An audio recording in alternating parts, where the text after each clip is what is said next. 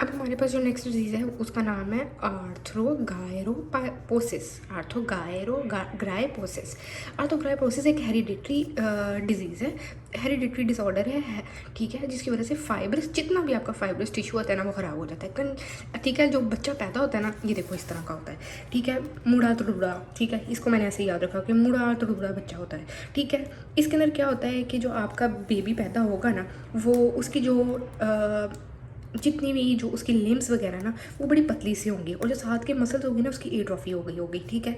और ये कंजेनिटल और जितना भी फाइब्रस टिश्यू वगैरह ना उसको इन्वॉल्व कर रहा होता है, ठीक है। अब इसके अंदर आपके पास क्या आएगा कि बच्चा बहुत ज़्यादा जो है ना वो कंजेनिटली स्टिफ होगा, फिर उसके बाद उसके जितने भी उसके मसल्स, उसका हाइड्रोप्लेजिया हो गया होगा, इनकम्प्लीट फाइब्रोसिस फाइब्रोसिस हो जाएगा, और एनकाइलोसिस हो जाएगा, जितने भी जॉइंट्स हैं वो जुड़े जुड़े हो जाएंगे, ठीक है। हिप जो है इसका जो हिप है ना, डिसलोकेटेड हिप हो जाएगा, ये देखो ये डिसलोकेशन है, हिप के ऊपर डिसलोकेशन हो जाएगी, ठीक है। उसके बाद जो है वो स्पोरेडिकली प्रिपेयर होता है, कोई फैमिलियल केसेस भी कभी कभी आ जाते हैं। उसके बाद जो चिल्ड्रन होगा उसकी अपर एक्सट्रीमिटी, जो उसकी अपर एक्सट्रीमिटी है वो इंटरनली, जो उसकी इंटरनली रोटेटेड अपर एक्सट्रीमिटी होगी, ठीक है। और जबकि जो उसकी जो लोअर एक्सट्रीमिटी है वो एक्सटर्नली रोटेटेड होगी, ठीक है। उसके बाद ये देखो इस केस में देखो अपर एक्सट्रीमिटी क्या है, इंटरनली रोटेटेड है, जबकि लोअर एक्सट्रीमिटी क्या है, बाहर की तरफ रोटेटेड है, एक्सटर्नली रोटेटेड, और अपर एक्सट्रीमिटी इंटरनली रोटेटेड होगी, ठीक है। उसके बाद क्या कहते हैं कि जितने भी एल्बो नीज जो है वो ऐसे लगेंगे जैसे सिलेंडर है, एल्बोज और नीज इतने स्वेल हुए होंगे कि वो सिलेंडर की तरह लगेंगे, सिलेंड्रिकल अपीयरेंस हो जाएगी उसकी। और एनकाइलोसिस क्योंकि उसके अंदर हो जाती है, और एनकाइलोज होंगे और एक्सटेंशन की फेज में होंगे, ठीक है।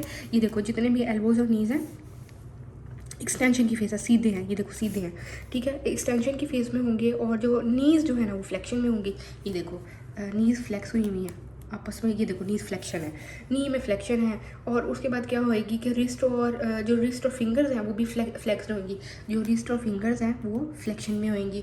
उसके बाद जो हमारे पास क्लब फीट होएगा, क्लब फीट के अंदर देखो, क्लब फीट भी वही होता है कि जो पैर है ना अंदर की तरफ मुड़ा होता है, इसके अंदर क्लब फीट के अंदर ये देखो पैर के क्या है, इंटरनली रोटेटेड है ना, तो क्लब फिट हुआ होगा। उसके बाद जो है ना इसके अंदर कुछ मसल ग्रुप्स होंगे एब्सेंट होंगे, कुछ अंडर डेवलप्ड होंगे, और जो स्किन जो है ना बड़ी मोटी थिकन सी, ये देखो स्किन के अंदर भी इश्यूज है, स्किन भी थिकन मोटी होगी, ठीक है। उसके बाद आगे बढ़ लेते हैं कि हेरिडिटरी है, फाइब्रस है, कंजेनिटल कंट्रैक्शन हुई होगी, फ्रैक्शन हुई होगी जॉइंट्स की, आर्काइडोडिक्टिली मतलब कि जितने भी लॉन्ग और सिलेंडर हुए होंगे फीट, और प्री मेच्योर इसके अंदर यूनियन हो जाती है स्कल वगैरह की, उसके अंदर जितने भी पैथोलॉजिकल चेंजेस हैं वो थिक और इन इलास्टिक थिक हो जाएगा, इन इलास्टिक कैप्सूल हो जाएंगे, मतलब जुड़े जुड़े हो जाएंगे।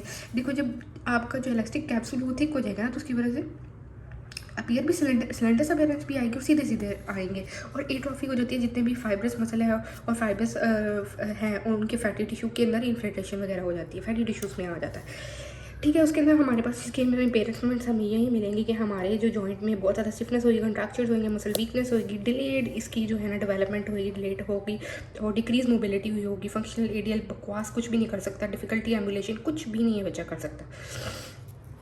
अब उसके बाद हमारे पास एक टाइप 2 लिखी हुई है, उसका नाम है फ्रीमैन शेल्डन सिंड्रोम, जिसके अंदर सिर्फ डिस्टल होता है, और जो है ना रिसलिंग फेस अपीयरेंस हुई होती है इसके अंदर, ठीक है। और उसके बाद हमारे पास टाइप 1 है जिसको हम लार्सन सिंड्रोम करते हैं, इसमें टोटल बॉडी इन्वॉल्वमेंट होती है, कंजेनिटल डिसलोकेशन होती है लार्ज जॉइंट्स की, फ्लैट किस्म का फेड होता है, लिगामेंट लेग्स होते हैं, और unable cervical spine to with unstable cervical spine होती है, ठीक है। उसके बाद हमारे पास एक टाइप 3 है जिसको हम पेट्रीगा सिंड्रोम कहते हैं, इसके अंदर लिटिल विंग इसको हम क्या कहते हैं, लिटिल विंग हुआ होता है, ठीक है। उसके बाद आगे इसकी मेडिकल ट्रीटमेंट में ऑर्थोपैडिक सर्जरी उसके हम करते हैं, जो भी मेजर अनोमलीज वगैरह है। फिजियोथेरेपी में हम लोगों ने ये क्या करना है कि क्योंकि जॉइंट डिसलोकेशन हुआ होता है तो हम लोगों ने उसको ध्यान से रखना है, हमने पोस्टर अलाइनमेंट देख लेनी है बच्चे की, ठीक है। जॉइंट कंट्रैक्शन की डिग्री को कम कर देना, स्ट्रेंथनिंग, जेंटल सी स्ट्रेंथनिंग, जेंटल सी कास्टिंग वगैरह, टोटल बॉडी की पोजिशनिंग ठीक करवा देनी है, मसाज। अब देखो इसमें कोई एक्सरसाइज नहीं है, सिर्फ कास्टिंग करवा दिया आपने, उस जेंटल सी स्ट्रेचिंग करा दी, फिर मसाज कर दो, स्ट्रेच कर दो, पैसिव मूवमेंट जितनी भी जहाँ पे हो रही है फ्लेक्सिबिलिटी के लिए वो करा दो, एक्टिव मूवमेंट करा दो, रेजिस्टेंस एक्सरसाइजेस करा दो, ठीक है। चाहे कंपनसेटरी मूवमेंट हम लोगों ने सिखा देनी है, जो भी उसके करा दें, इंडिपेंडेंट कराने के करना है हम लोगों ने उनको ब्रेस, फ्रेम और क्रचेज वगैरह से वेल अवेयर करवा देना, व्हील चेयर वो यूज़ करेगा, अडेप्टिव डिवाइसेस यूज़ करेगा, जितना भी वो कर सकते हैं, मतलब उसको हम लोगों ने उतनी मोबिलिटी वगैरह करा देनी।